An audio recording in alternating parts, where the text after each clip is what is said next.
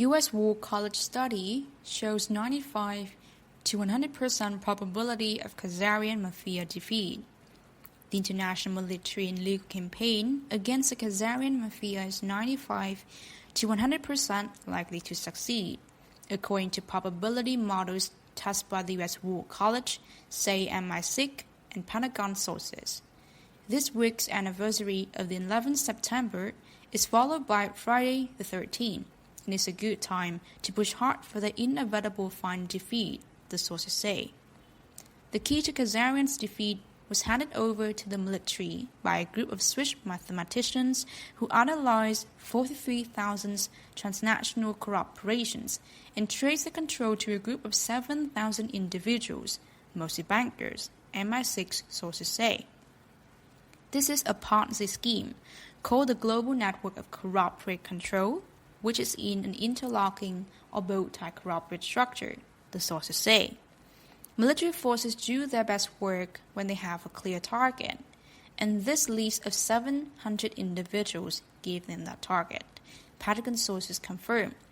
The U.S. War College ran a series of probability models to come up with a plan that ensures the global coalitions of the rule of law will ultimately prevail, the sources say. This doesn't mean the war is over yet, since the KHAZARIAN mob is literally fighting for survival as it stirs up trouble in the US, UK, Hong Kong, Iran, and etc. However, these are just full-time rearguard efforts by a defeated, albeit extremely rich, crime gang.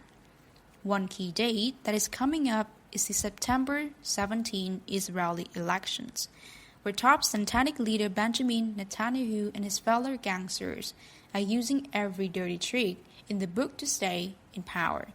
The Jews must now either confront and defeat the Satanist rulers or else face a combined Turkish, Iranian, US, Russia, Arabian coalitions that will force them to remove their criminal leaders. It's not going to be an easy fight.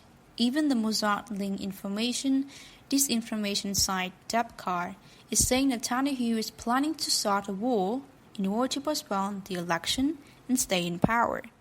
Furthermore, the Israeli newspaper Haaretz is reporting that Netanyahu is taking a page from the book of the U.S. Democrats' Russian election stealing scheme to try to claim that the Arabs stole the election.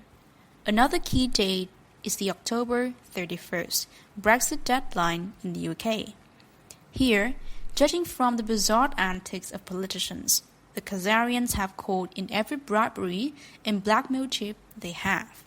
Just one example, opposition Labour Party shadow Foreign Secretary Emily Thornberry said on TV she would seek the best deal possible with the EU, then campaign against it.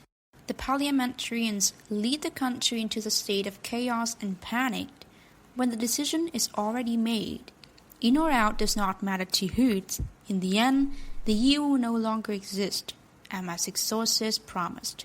Staying in the EU would mean a loss of sovereignty, and is in effect high treason and nothing else, they say.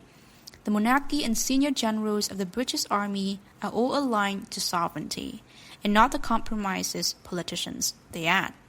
Public opinion in the UK is also against the politicians, despite the propaganda campaign by the press, who are agents of the mega conglomerate controlled by 700 bankers, they note.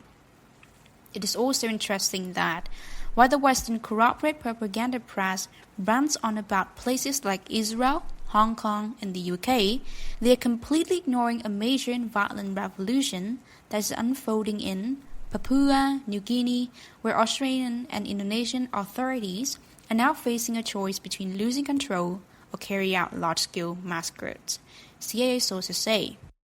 In Sarang, a prison was set ablaze and more than 550 prisoners escaped. 1,000 rallies in Jayapura in Timika, near the world's largest gold mine, Grasberg, while a market was set on fire at Fulford, says the article below. Indonesian police sources say they are under a gag order from headquarters that says no talking or making videos of the chaos going on now in Papua, Disregarding this order will have severe penalties, including jail time. The people want independence from Indonesia, local sources say. If the world does not pay attention, there is a real risk of a replay of the East Timor situations of the 1970s, where Indonesian authorities killed between 100,000 and 300,000 in an effort to stop an independence movement there. Also at stake is control over some of the world's biggest gold mines, gas reserves. Due north of Papua New Guinea in Hong Kong, the situation is calming down despite the best efforts of the U.S. State Department and the CIA.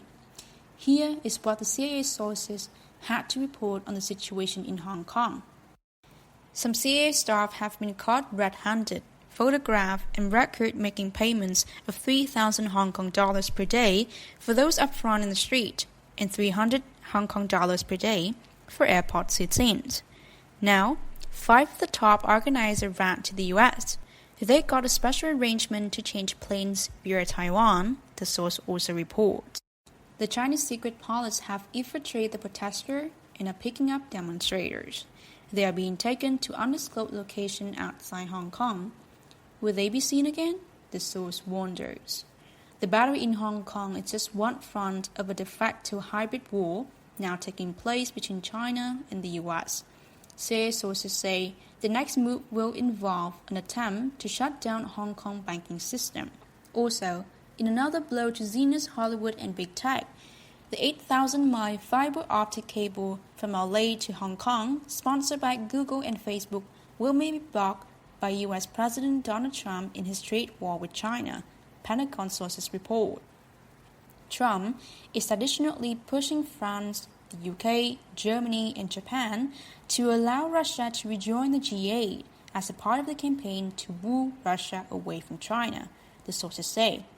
They are also thinking of accepting Russia President Vladimir Putin's offer to sell Russian hypersonic missile to the U.S.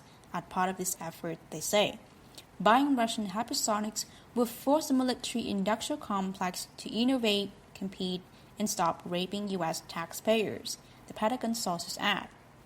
Meanwhile, back in the Middle East, the U.S. is preparing for a summit between Trump and Iranian Supreme Leader Ali Khamenei by arranging an end to Saudi Arabia's war against Iran's Houthi allies in Yemen, they know. Here, they say the Yemen war is over because of advanced Houthi drones and missiles from Iran. As a result, Saudi Arabia is being forced to sue for peace and may have to pay reparations, they say. The shimmering conflict in the Ukraine also appears to be ending.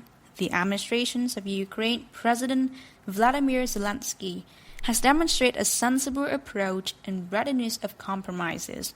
Unlike his predecessors, Russia Foreign Minister stated in a statement on Saturday, according to official TASS Russian news agency. Perhaps a peace deal in Ukraine will make it possible for many Ashkenazi Jews to return to their real homeland, which is the Ukraine, not Israel. Finally this week, we know that the KHAZARIan-controlled financial system is becoming increasingly unstable and could collapse unexpectedly any moment.